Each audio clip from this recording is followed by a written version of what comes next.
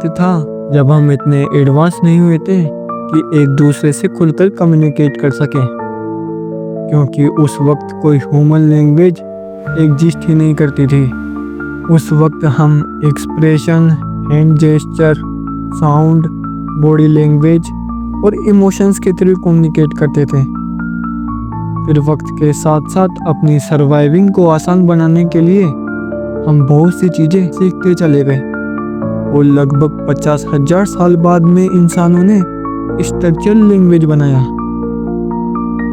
और इससे complex thought share करना पॉसिबल हो गया। और इसी के साथ ही प्लान्स, इमोशन, फ्यूचर और आइडिया सब कुछ वर्ड्स के जरिए समझाना अब पहले के मुकाबले काफ़ी आसान हो गया। फिर धीरे धीरे हमारी लैंग्वेज काफ़ी एडवांस और आसान होती चली गई। फिर इस चीज़ को पूरी तरीके से अपनाने में हमें ज़्यादा वक्त नहीं लगा और अब ये हमारी ज़िंदगी का हिस्सा बन चुके हैं। लेकिन आज भी हम कम्युनिकेट करते वक्त अनजाने में ही सही पर बॉडी लैंग्वेज और माइक्रो एक्सप्रेशन का यूज़ करते हैं, और अगर हम इन्हें समझ ले तो हम लोगों के ट्रू नेचर को, उनकी इंटेंशन को काफ़ी इजीली समझ सकते हैं। और आज हम इसी के बारे में बात करेंगे।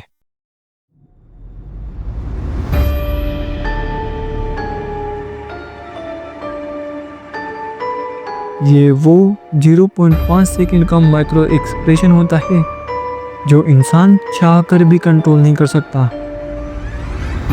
और अगर मोटे मोटे तौर पर देखा जाए तो 7 मेन माइक्रो एक्सप्रेशन होते हैं: fear, anger, disgust, surprise, sadness, happiness और कंटेम्प्ट। इन सभी इमोशंस के एक्सप्रेशंस देखने में शायद एक ही जैसे लगे, पर ये अपने आप में ही एक दूसरे से काफ़ी ज़्यादा अलग हैं। तो चलो इनके कुछ रियल लाइफ एग्जाम्पल देखते हैं। अगर किसी भी सिचुएशन में कोई झूठ बोलता है तो उसके चेहरे पर 1 सेकंड या उससे भी कम समय के लिए फियर एक्सप्रेशन फ्लैश होता है। उसकी आंखें थोड़ी ज़्यादा खुल जाती है और लिप्स टाइट हो जाते हैं। इसे माइक्रो एक्सप्रेशन ऑफ फियर कहते हैं।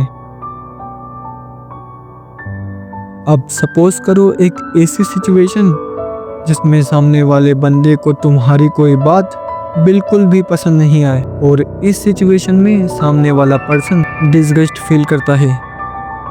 तो अब बात कर लेते हैं इस इमोशन के एक्सप्रेशंस की। जब किसी को कोई बात पसंद नहीं आती तो नोज थोड़ी व्रिंकल होती है और अपर लिप्स ऊपर उठती है। इसे माइक्रो एक्सप्रेशन ऑफ डिसगस्ट कहते हैं।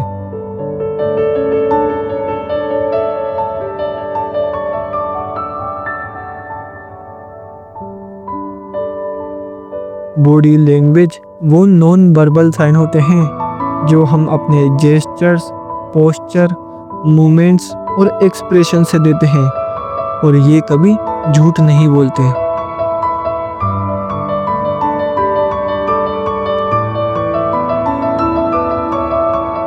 जब तुम किसी से भी बात कर रहे होते हो और सामने वाला अनकंफर्टेबल होता है तो उसका ब्रेन उस कम्युनिकेशन या फिर डिबेट से अपने आप को अलग करने के लिए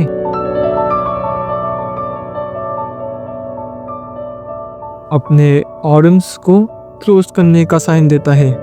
इससे ब्रेन हमारे और सामने वाले पर्सन के बीच एक बैरियर क्रिएट करता है और ये दिखाता है कि सामने वाला इंसान तुम्हारे अंदर बिल्कुल भी इंटरेस्टेड नहीं है। इसी के साथ ही जब तुम अपने प्लाम्स ओपन रखते हो तो ये सबकॉन्शियसली ऑनेस्टी और ओपननेस का सिग्नल देता है। इसीलिए बड़े बड़े पॉलिटिकल लीडर और स्पीकर्स अपनी बात को रखते वक्त अपने हैंड्स का ज़्यादा से ज़्यादा यूज़ करते हैं।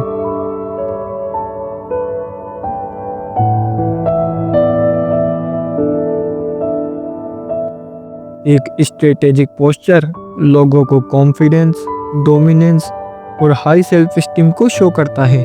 वहीं पर एक weak posture insecurity, low confidence, sadness और वीकनेस को शो करता है।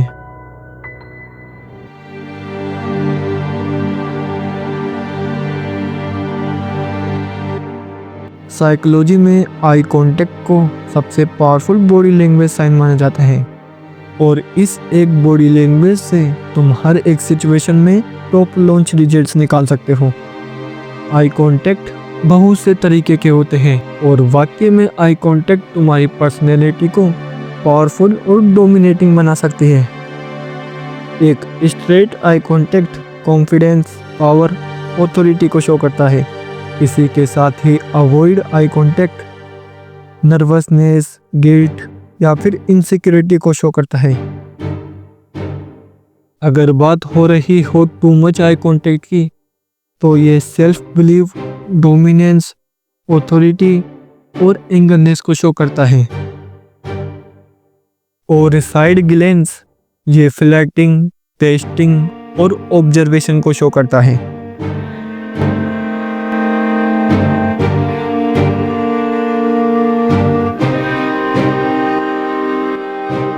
बोलने का तरीका अपने आप में ही लोगों से बहुत सी चीज़ें साझा करता है और अगर कोई इंसान बहुत ही ज़्यादा काम और कैलकुलेशन के साथ बोलता है तो यकीन मानो उस इंसान का सेल्फ कंट्रोल अलग ही लेवल पर है।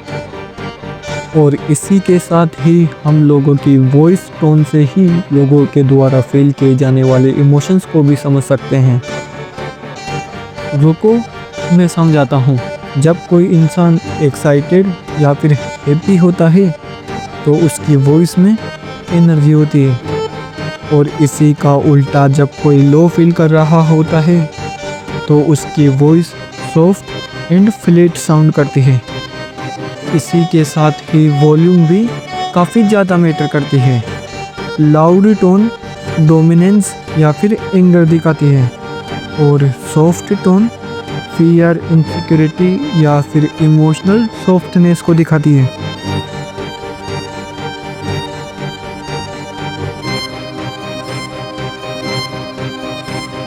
मेरे द्वारा बताए गए सभी बॉडी लैंग्वेज साइकोलॉजी पर बेस्ड हैं, पर साइकोलॉजी के ही according situation, human nature, habit और थोड़ा बहुत देश के कल्चर के अकॉर्डिंग भी हर एक बॉडी लैंग्वेज साइन का मीनिंग अलग हो सकता है। और इसीलिए लोगों के जेस्चर या फिर एक्सप्रेशन पर पूरी तरह से बिलीव करने के बजाय खुद के डीप एनालिसिस या फिर लोगों के कॉन्टेक्स्ट को समझो।